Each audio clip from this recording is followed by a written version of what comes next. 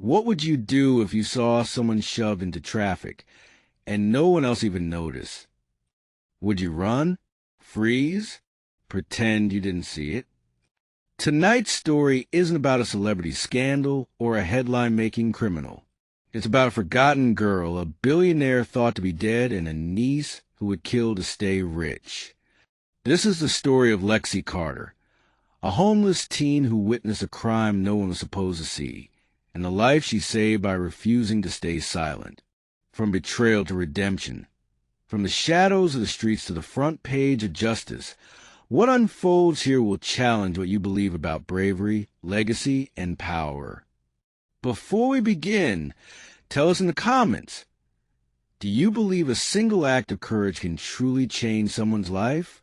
Like this video if you believe in everyday heroes, and don't forget to subscribe so you never miss another story that deserves to be heard. Now, let's begin. Lexi Carter didn't ask to be brave, but bravery doesn't wait for permission. It finds you when you're most afraid. And that night on the East Market overpass, fear found her right before everything changed. It was just after 9 p.m. The last SEPTA train rumbled below, and a frigid breeze cut through Lexi's torn hoodie. She sat wrapped in an old moving blanket beneath a concrete bridge, her back against a graffitied support column, sipping what was left of a cup of gas station cocoa. At 15, Lexi had already survived more than most adults twice her age, 3 shelters in 2 states, a mother who disappeared behind a meth addiction, a caseworker who forgot her birthday 2 years in a row. But none of that prepared her for what she saw next. A black BMW idled up top, sleek, tinted, too polished for that part of the city. Its headlights cut across the guardrails like spotlights on a stage. Lexi narrowed her eyes, curiosity tugging at her. It wasn't uncommon to see strange cars up there, but this one, it didn't move. Then the driver's door opened.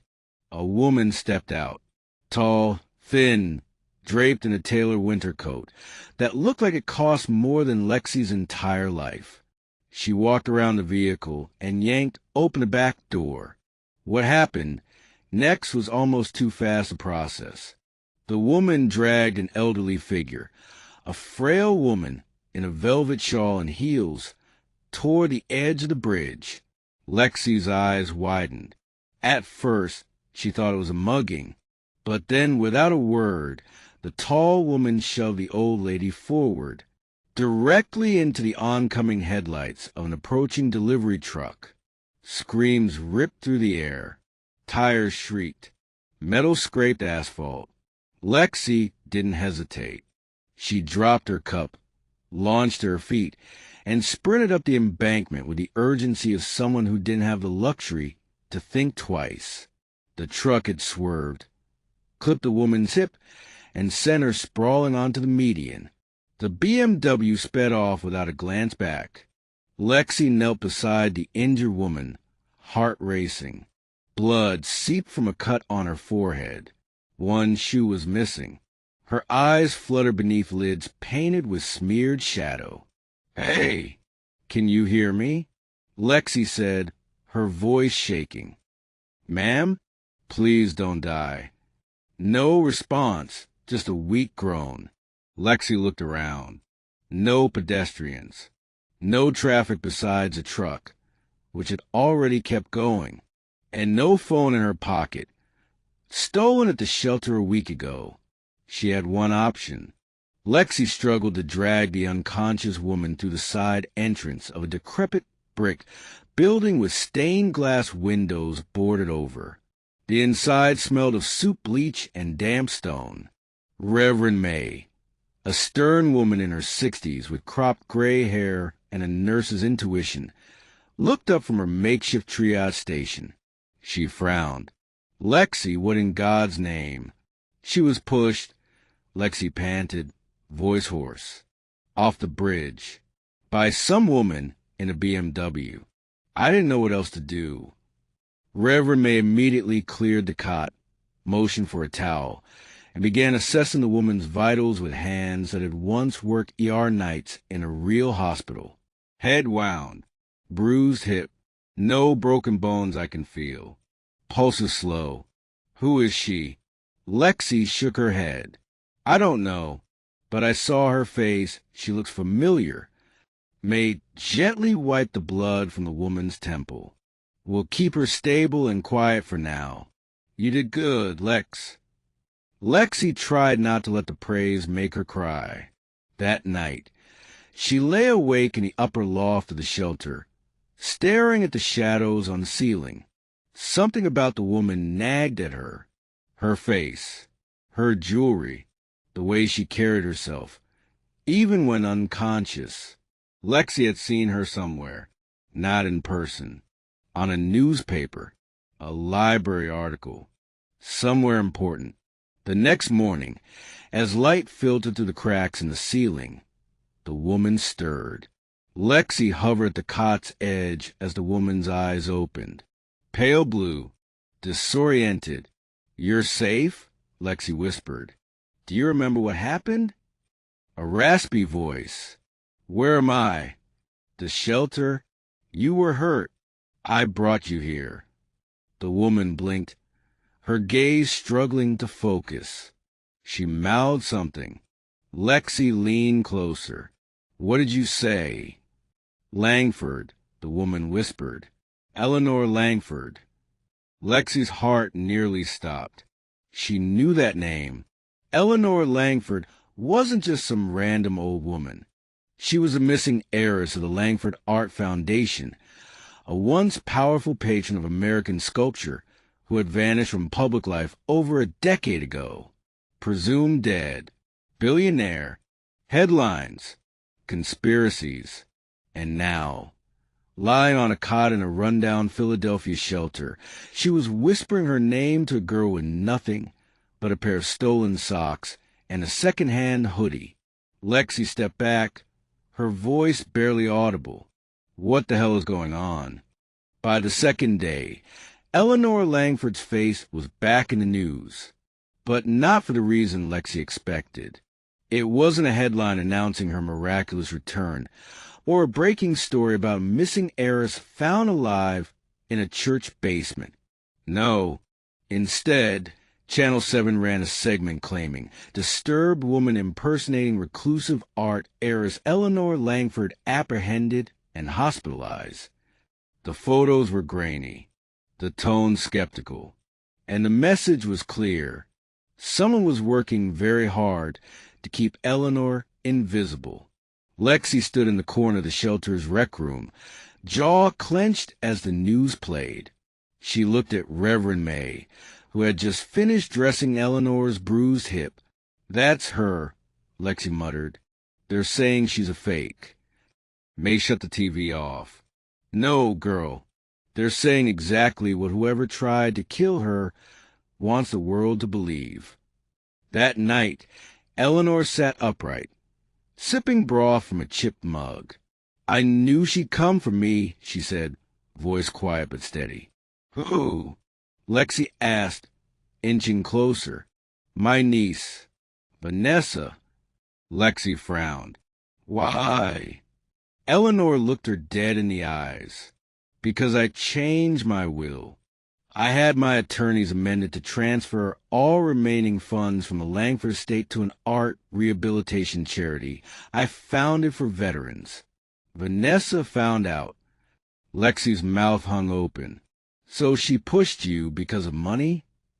No, dear, Eleanor corrected. Because of legacy. Because I was the last piece in her way. If I was dead and my mind was declared unstable, the family's fortune would default back to her. She needed me gone, not just forgotten. Lexi exhaled slowly.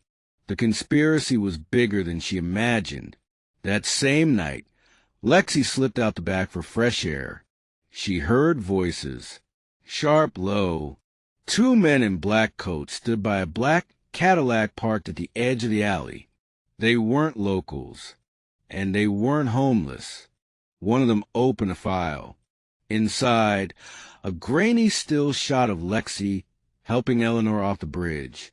Printed from traffic cam footage. Lexi's stomach dropped. She ducked behind a dumpster, heart hammering. They were looking for her. For both of them. She had no doubt they were Vanessa's people. The next morning, Reverend May made a quiet phone call to an old contact. Jonah Briggs, a war-scarred investigative journalist who had exposed embezzlement in Liberia and corruption in Detroit, arrived with Nikon cameras slung over his shoulder and a notebook thicker than a Bible. He took one look at Eleanor and raised an eyebrow. "Well, I'll be damned. You are still alive." Eleanor nodded once. "I trust you, Jonah. That's why you're here." Jonah turned to Lexi. "You're the kid who pulled her out of traffic?" Lexi nodded. "You've got guts." Lexi shrugged.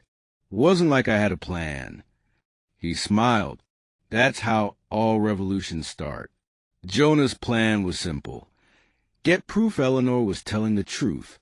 So 2 nights later, he and Lexi dressed in thrift store black and made their way to the Langford mansion, now under Vanessa's name.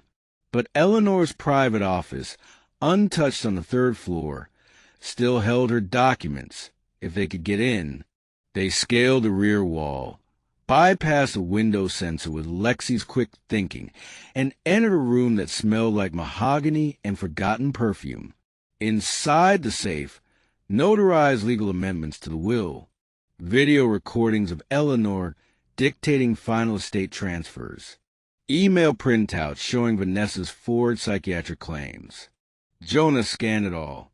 This is enough to ruin her. Just as they turned to leave, motion lights flared across the lawn. Lexi's voice caught. "Someone's coming." They fled through the back stairwell, barely avoiding detection. Eleanor's legacy clenched in Jonah's hands. Back at the shelter, Lexi couldn't sleep. The weight of what they'd uncovered pressed on her chest.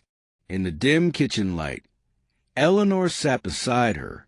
"You didn't have to do all this, you know," Eleanor said. Lexi stared into her mug. "I did, because I know what it's like when people pretend you don't exist." Eleanor placed a gentle hand on her arm. "Then maybe we're more alike than I thought." The next morning, they uploaded the evidence to a secure folder and sent a secure, anonymous copy to a journalist Jonah trusted. The truth was now alive. But Lexi knew better than to think Vanessa would just disappear quietly, because some people don't go down until they're dragged. By the end of that week, Philadelphia had unknowingly become the center of a silent war, a war between legacy and greed, between one girl's truth and a woman who believed power could erase any past. But Lexi and Eleanor weren't alone anymore. Jonah Briggs had gone from ex-reporter to full-scale investigator. His years of pulling truths out of war zones were now being used for a very different battlefield, Vanessa Langford's empire of deception. Inside the shelter's storage room, a table was cleared of canned goods and clutter. In its place, papers, maps, USB sticks, and a burner laptop blinking with encrypted emails. Jonah pointed to a legal flowchart he'd drawn by hand. "This is the key," he said. "We have proof Vanessa forged Eleanor's psychiatric reports and bribed a family court judge to have her declared incompetent." Reverend May crossed her arms. "And the charities she diverted money from?" "All staged. Eleanor's original plan was to transfer $42 million in assets to art therapy programs for trauma survivors. Vanessa scrubbed all traces of it." Eleanor sat silently, jaw clenched. "She didn't just try to kill me. She tried to erase me." Lexi leaned over the table. "So what do we do?" Jonah looked up. "We bring her down. Publicly. Legally. Irrefutably." Later that night, Lexi helped set up Jonah's old video gear. They turned one of the shelter's storage rooms into a makeshift studio.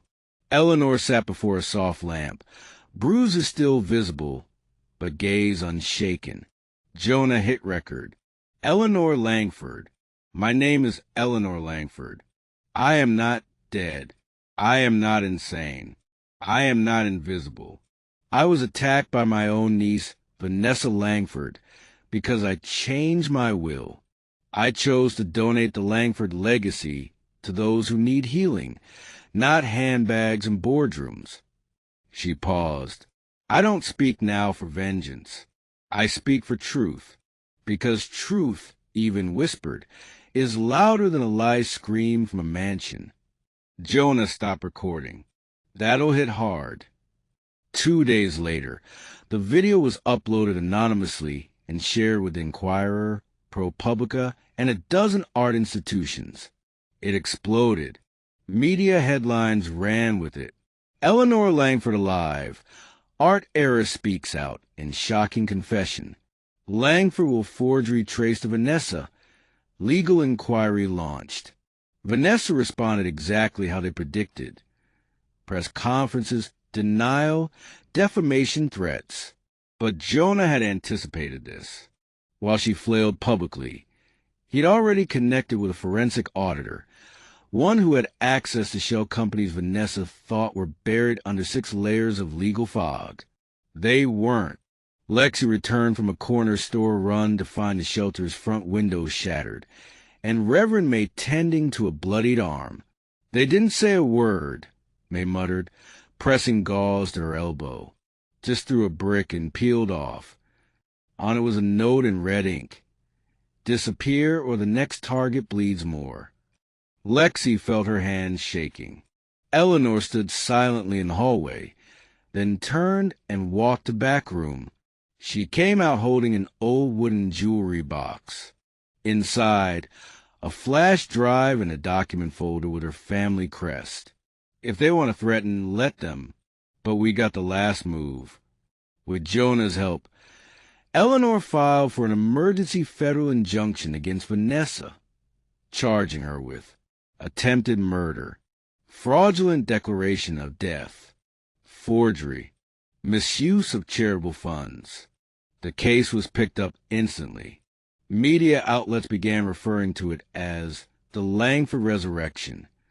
But it was Lexi's image, helping Eleanor on the bridge, that captured the public's heart.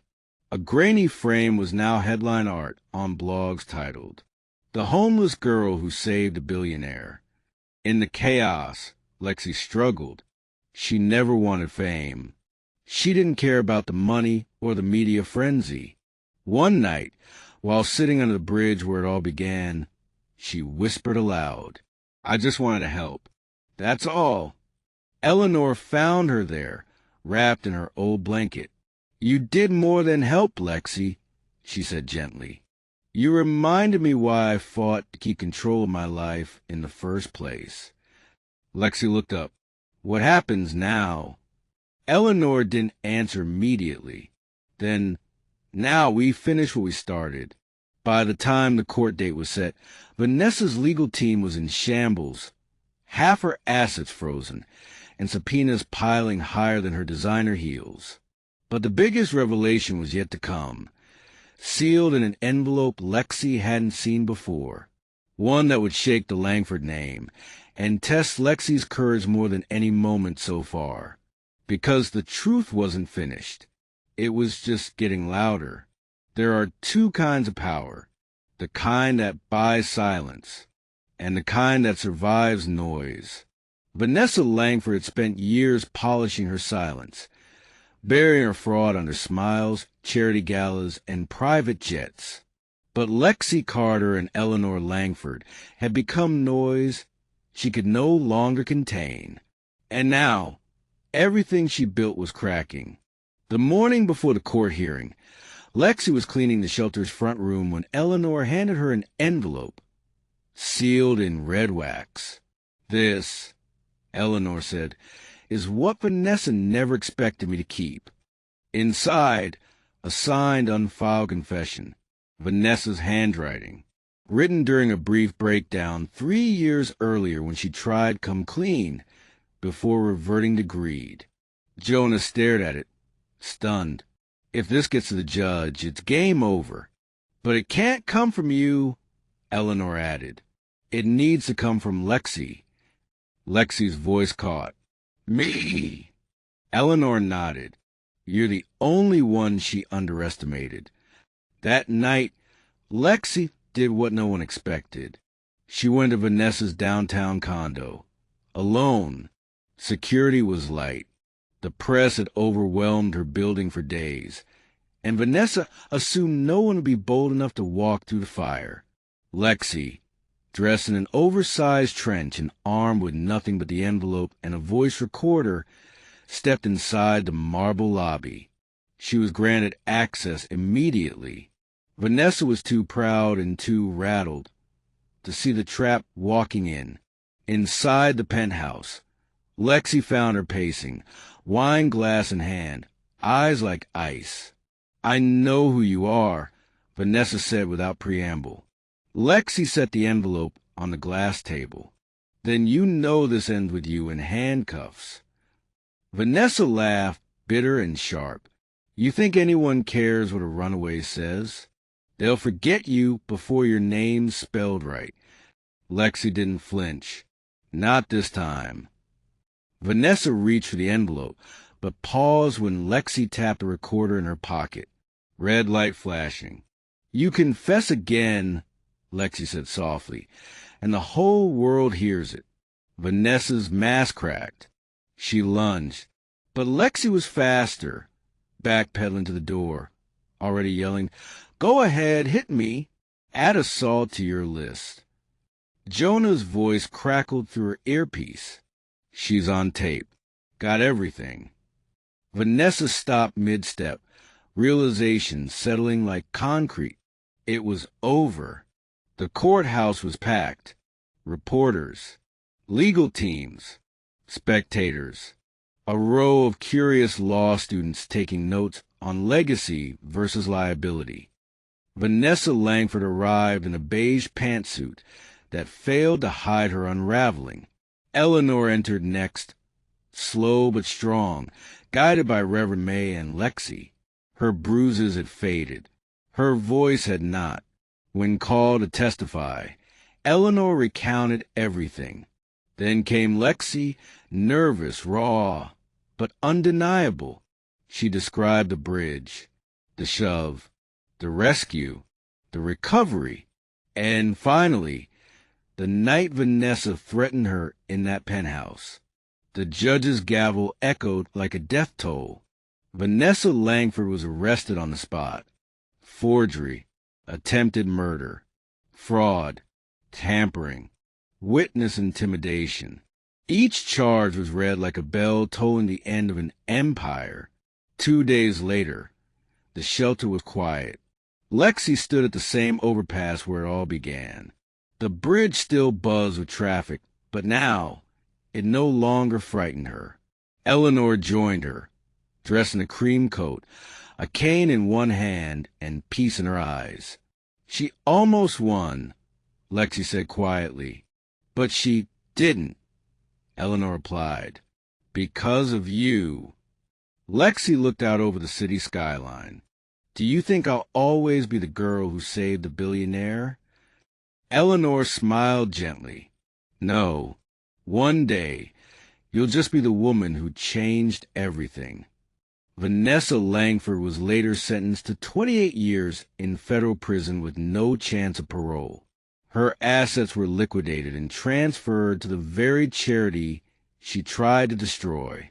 Eleanor Langford officially returned as chairwoman of the Langford Art Legacy Trust. And Lexi Carter?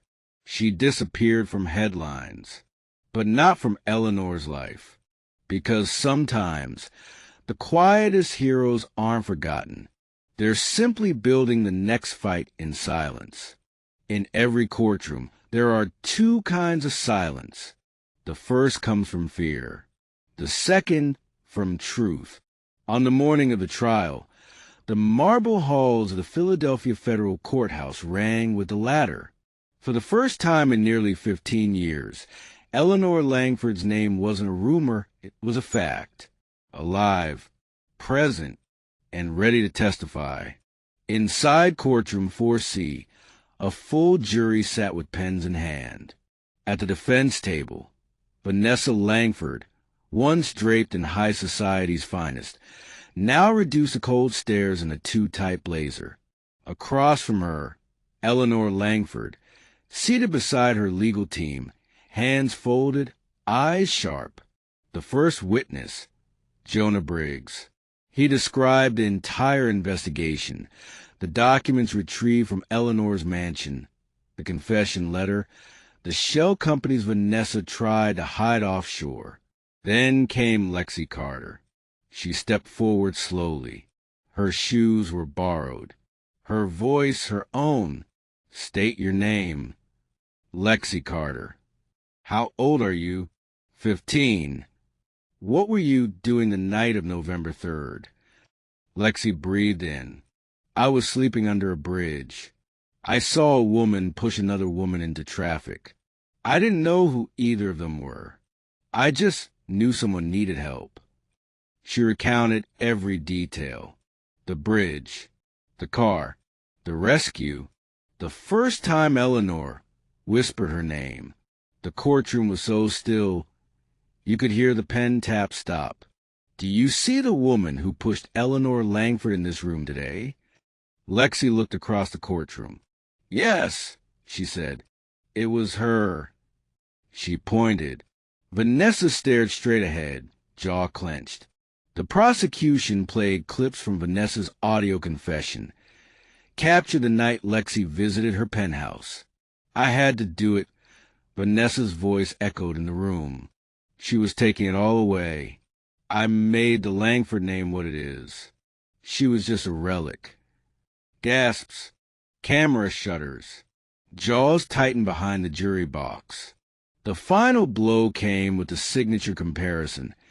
Handwriting experts confirming the confession letter's authenticity. After 4 hours of deliberation, the jury returned. The foreperson stood.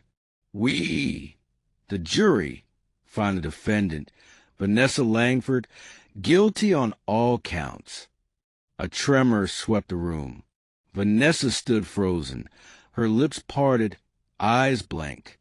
As bailiffs moved toward her, she muttered something no one heard. She didn't resist. The judge's sentence came swiftly.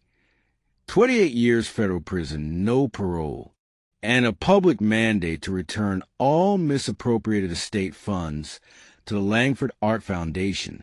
1 week later, Lexi stood in a school courtyard in West Philadelphia, wearing a brand-new navy blazer with a Langford Foundation scholarship pin on the collar. Eleanor Langford stood beside her, signing papers with the headmaster. She's brilliant, Eleanor said.